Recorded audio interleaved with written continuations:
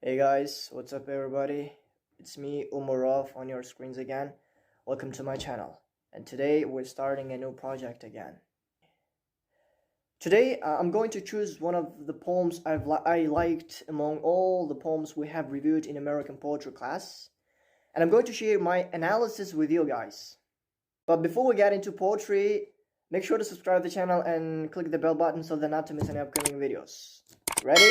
If you're ready, we're going to start. Let's start. But I found the one titled I Too by LANGSTON Hughes more interesting because it covers a global theme which is still relevant in our today's world. Before we get further into reading the whole poem, we should know who the author of this poem is. We should understand what is the topic that it covers and what are the backgrounds of this poem so that we could understand the whole poem better while we're reading. Okay? So the author of this great literary masterpiece is LANGSTON Hughes. LANGSTON Hughes, born in February 1901 in Joplin, Missouri, is an African-American poet, writer, novelist, playwright, and a social activist. And I should mention that he was one of the greatest African-American heroes and one of those 10 most influential individuals in African-American literature. So what is this poem about? This poem was written in 1925 or in 1926 according to some sources by LANGSTON Hughes. We already mentioned that. So what was happening in that time? In 1920s and 30s, America was facing serious troubles when black-skinned people and enslaved people were speaking out for their human rights. Harlem Renaissance, or aka New Negro Movement, which took part in 1926, was one of the most popular of such movements. So while reading this poem, you may not be able to find any rhythm or musicality of this poem because it's written in a free verse style and it has no rhythm. Let's start the poem. I too sing America. I'm the darker brother. They send me to eat in the kitchen when company comes. But I love and eat well and grow strong. Wow. So what do you understand from this poem? So what is the mood of the poem? Well, I can tell you that this poem is written in a very confident voice.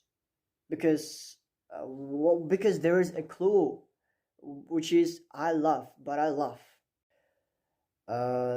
Just guys, keep in mind the first sentence of this first stanza. I sing America too, because I'm not going to tell what it is about because we're going to find this out at the end. Okay. So in this first stanza, LANGSTON Hughes describes the harsh situation that when white people or the majority. How the majority treated the minority and enslaved people. We can understand that at that period of time, white-skinned people were ashamed or didn't want to be around black-skinned people. So when they were having a meal, the dark-skinned people had to move that place so that they could eat, so that they could have a meal with their friends or with their company. So you can understand how racism and discrimination was strong towards dark-skinned people. But however, what is the reaction of dark-skinned people? And here LANGSTON Hughes is not speaking on his own name, but he's speaking in the name of the whole black-skinned community, of all his brothers and sisters. So what is the reaction of the minority?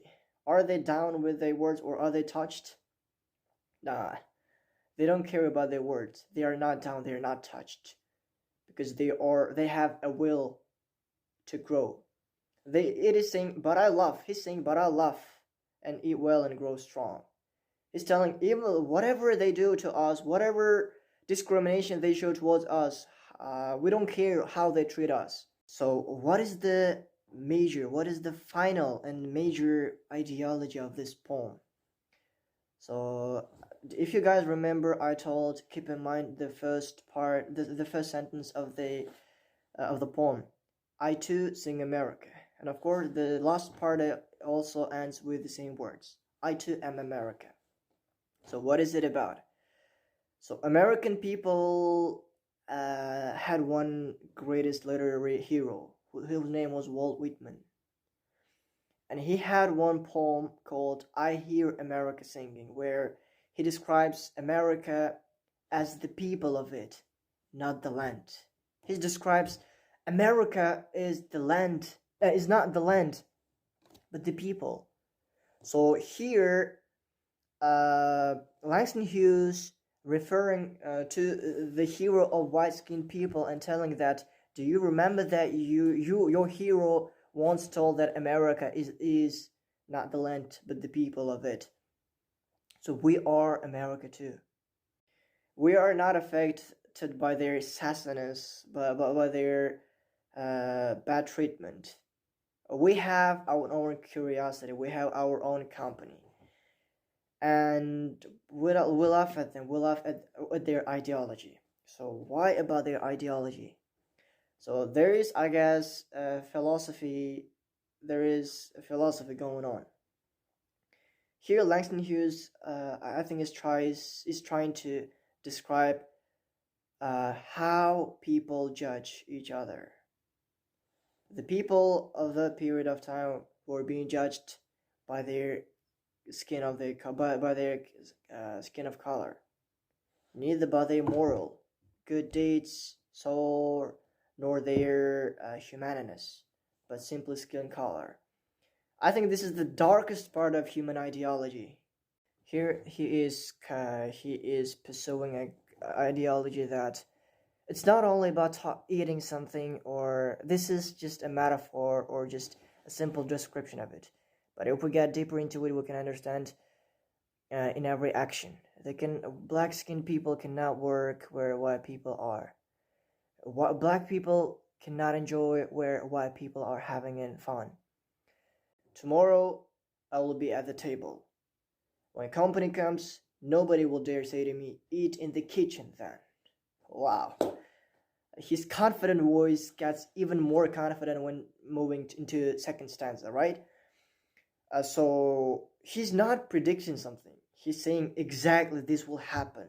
Why? Because he told, even though white-skinned people treat us badly and treat us wrong, we're not touched with that. We grow strong, and he's showing how this will strong tomorrow. They eat well and grow strong. And he's showing tomorrow we will be better than them, and they will be scared of us, and nobody will ever be able to say it in the kitchen, and we will be equal tomorrow. Let's wrap it up. I hope I could share something relevant, and hope you guys liked it. And if you have any feedbacks, comments, or if you have any additions that I could possibly miss or didn't mention, feel free to share your ideas on comment section. I will be really glad for that. Thank you guys.